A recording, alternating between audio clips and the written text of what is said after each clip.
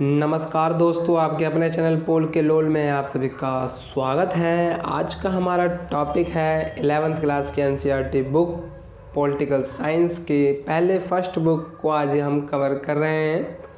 उसी में हम आज आगे की बातचीत करेंगे।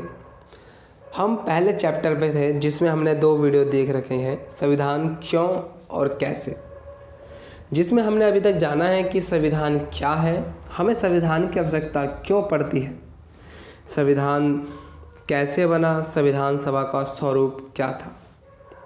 हम इन सब चीज़ों की बात कर चुके हैं, लेकिन आज के इस वीडियो में हम बात करेंगे कि संविधान सभा के कामकाज की शैली की। आज हम जो शुरुआत करेंगे संविधान सभा के कामकाज की शैली से करेंगे। इससे पहले मैं एक बात कहना चाहता हूं कि अगर अभी तक आपने मेरी पिछली 2 वीडियो नहीं देखी है तो पहले वो वीडियो देखें, उसी के बाद यह वाली वीडियो देखें, क्योंकि बिना उस वीडियो को देखे हुए इस वीडियो को देखना शायद फिर आपको कुछ समझ में ही नहीं आएगा। तो पहले वो 2 वीडियो देखें, उसके बाद ही ये वाली वीडियो देखें। संविधान सभा के कामकाज की शैली शुरुआत करते हैं। तो संविधान सभा के सदस्यों ने अपने हितों को ध्यान में ना रखते हुए पूरे देश के हित को ध्यान में रखकर विचार विमर्श किया। जो संविधान सभा कामकाज की शैली थी वो संविधान सभा के सदस्यों ने अपने हितों में ध्यान में ना रखते हुए पूरे देश के हित में ध्यान में रखकर विचार विमर्श किया। हालांकि संविधान सभा में अनेक मतभेद थे, जैसे भारत में शासन प्रणाली केंद्रीकृत होनी चाहिए या विकेंद्रीकृत राज्यों के बीच कैसे संबंध होने चाहिए। इस प्रकार के कुछ मतभेद थे, जैसे कि जनता को क्या क्या अधिकार देने चाहिए, संपत्ति का अधिकार जनता को देना चाहिए या नहीं देना चाहिए। तो इन सब पे संविधान सभा के सदस्यों के बीचों में मतभेद हुआ, लेकिन इन्हीं के बीच लेकिन उन सभी विषयों पर गहराई से चर्चा हुई जो आधुनिक राज्य की बुनियाद है। मतभेद तो हुए, लेकिन उन विषयों पर गहराई से चर्चा भी हुई जो आधुनिक राज्य की बुनियाद है। संविधान का केवल एक ही प्रावधान है ऐसा है जो लगभग बिना किसी वाद विवाद के पास हो गया, और वो प्रावधान सार्वभौमिक मताधिकार का था, जिसका अर्थ है कि धर्म, जाति, शिक्षा, लिंग और आय के आधार पर भेदभाव बिना सभी नागरिक को एक निश्चित आयु प्राप्त करने पर वोट देने का अधिकार होगा। यानी ना कोई धर्म, ना कोई जाति, ना कोई शिक्षा, ना कोई लिंग, ना कोई आय, इन सब के आधार पर भेदभाव नहीं किया जाएगा। सभी नागरिक को एक निश्चित आयु प्राप्त करने पर वोट देने का अधिकार होगा, जो कि पहले हमारी थी 21 वर्ष, फिर घटकर 18 वर्ष कर दी गई है। लेकिन इसके अतिरिक्त एक विषय पर गंभीर विचार विमर्श और वाद विवाद भी हुए। यानी इसके अतिरिक्त जितने भी विषय थे उस पर गंभीर विचार विमर्श और वाद विवाद भी किए गए। इस सभा के लोकतांत्रिक मूल्यों के प्रति निष्ठा का इससे बढ़िया व्यवहारिक रूप कुछ और हो ही नहीं सकता है। तो हमने बात की संविधान सभा के कामकाज की शैली की। संविधान सभा की कामकाज की शैली कैसी थी, सब पर काफ़ी गहराई से विचार विमर्श किया गया है।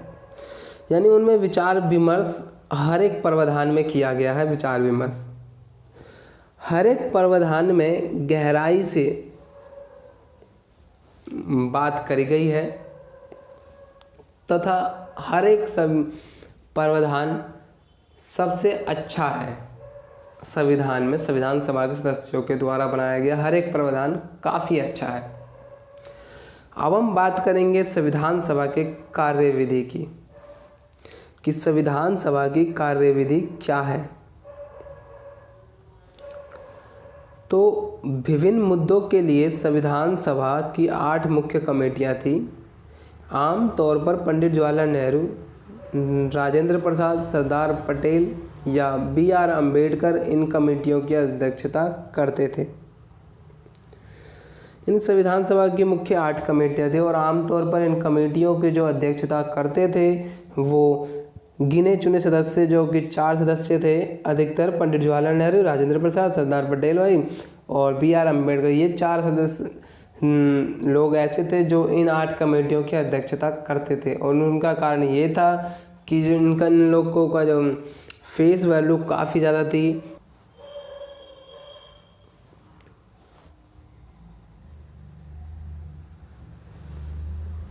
संविधान 2 वर्ष 11 महीने 18 दिन में बनकर तैयार हुआ। संविधान सभा की बैठक 166 दिनों तक चली। ये क्वेश्चन कभी कभार जीके में पूछ लेता है कि संविधान सभा की कुल बैठक कितनी हुई, तो टोटल 166 बैठकें चली थी संविधान सभा की। अब हम बात करेंगे कि संविधान सभा को प्रभावी बनाने का एक कारण यह है कि सरकार सभी संस्थाओं को संतुलित ढंग से व्यवस्थित किया, यानी सरकार के द्वारा सभी संस्थाओं को संतुलित ढंग से व्यवस्थित किया गया। मूल सिद्धांत यह रखा गया कि सरकार लोकतांत्रिक में है और जन जन कल्याण के लिए प्रतिबद्ध हो, यानी सरकार लोकतांत्रिक हो और जन जन के कल्याण के लिए प्रतिबद्ध हो। संविधान सभा ने शासन के विभिन्न अंगों में विधायिका, कार्यपालिका और न्यायपालिका के बीच एक समुचित संतुलन स्थापित किया। इन तीनों अंगों के बीच एक समुचित संतुलन स्थापित किया। इन तीनों अंगों का शक्तियों का बंटवारा किया। अब हम बात करेंगे कि विभिन्न देशों के संविधान से लिए गए कुछ प्रावधान की। हमारा संविधान पूर्ण हमारा नहीं है। कुछ ऐसे संविधान हैं जो कि हमने किसी और देश के संविधान से लिए हैं, तो अब हम उन्हीं की चर्चा करेंगे।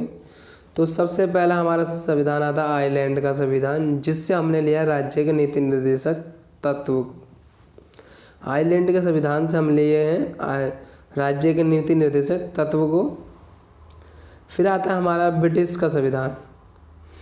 ब्रिटिश का संविधान जो है वो हमने सर्वाधिक मत के आधार पर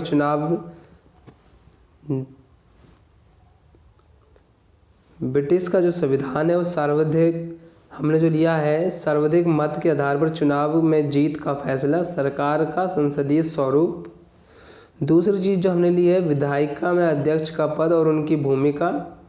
तीसरा कानून के शासन का विचार और कानून निर्माण की विधि। हमने ये 4 चीज़ ब्रिटिश संविधान से ली गई है हमारी।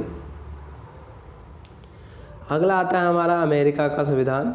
अमेरिका से हमने लिया है मौलिक अधिकारों की सूची, जो कि हम अगले चैप्टर में पढ़ने वाले हैं, सेकंड चैप्टर में, कि मौलिक अधिकार क्या होते हैं।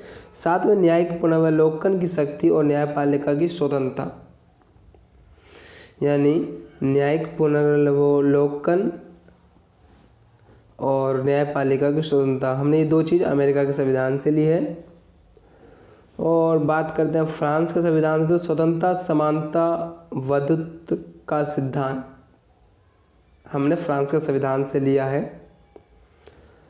अगला संविधान आता है हमारे पास कनाडा का संविधान। तो ये एक अर्ध संघात्मक सरकार का स्वरूप और अवशिष्ट शक्तियों का सिद्धांत। हमने ये 2 चीज़ ली है कनाडा के संविधान से। तो ये आज हमारा टॉपिक क्लियर होता है, संविधान क्यों और कैसे। आज के इस वीडियो में हमारा फर्स्ट चैप्टर कंप्लीट होता है। तो दोस्तों मैंने 3 पार्ट में डिवाइड किया है फर्स्ट चैप्टर को, जो कि हमारी वीडियो होगी 10-10, 12-12 मिनट की, इससे ज़्यादा होगी भी नहीं। तो आधे घंटे में ये आपका फर्स्ट चैप्टर कंप्लीट होता है। तो आप तीनों वीडियो को देखें और अपना फर्स्ट चैप्टर क्लियर करें और साथ में रिवीजन भी करें, ताकि रिवीजन करने से आपको याद रहेगा वो सारी चीज़ें जो मैं आपको बताता हूँ।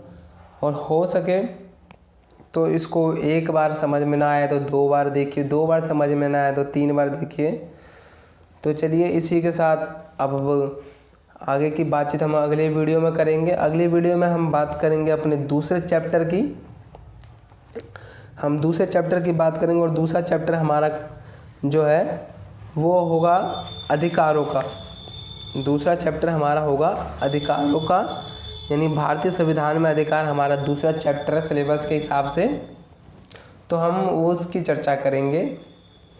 तो वीडियो को शेयर करें, लाइक करें, कमेंट करें। साथ में चैनल पर अगर पहली बार आए हो तो चैनल को सब्सक्राइब भी करें। तो दोस्तों धन्यवाद, शेयर करते रहें।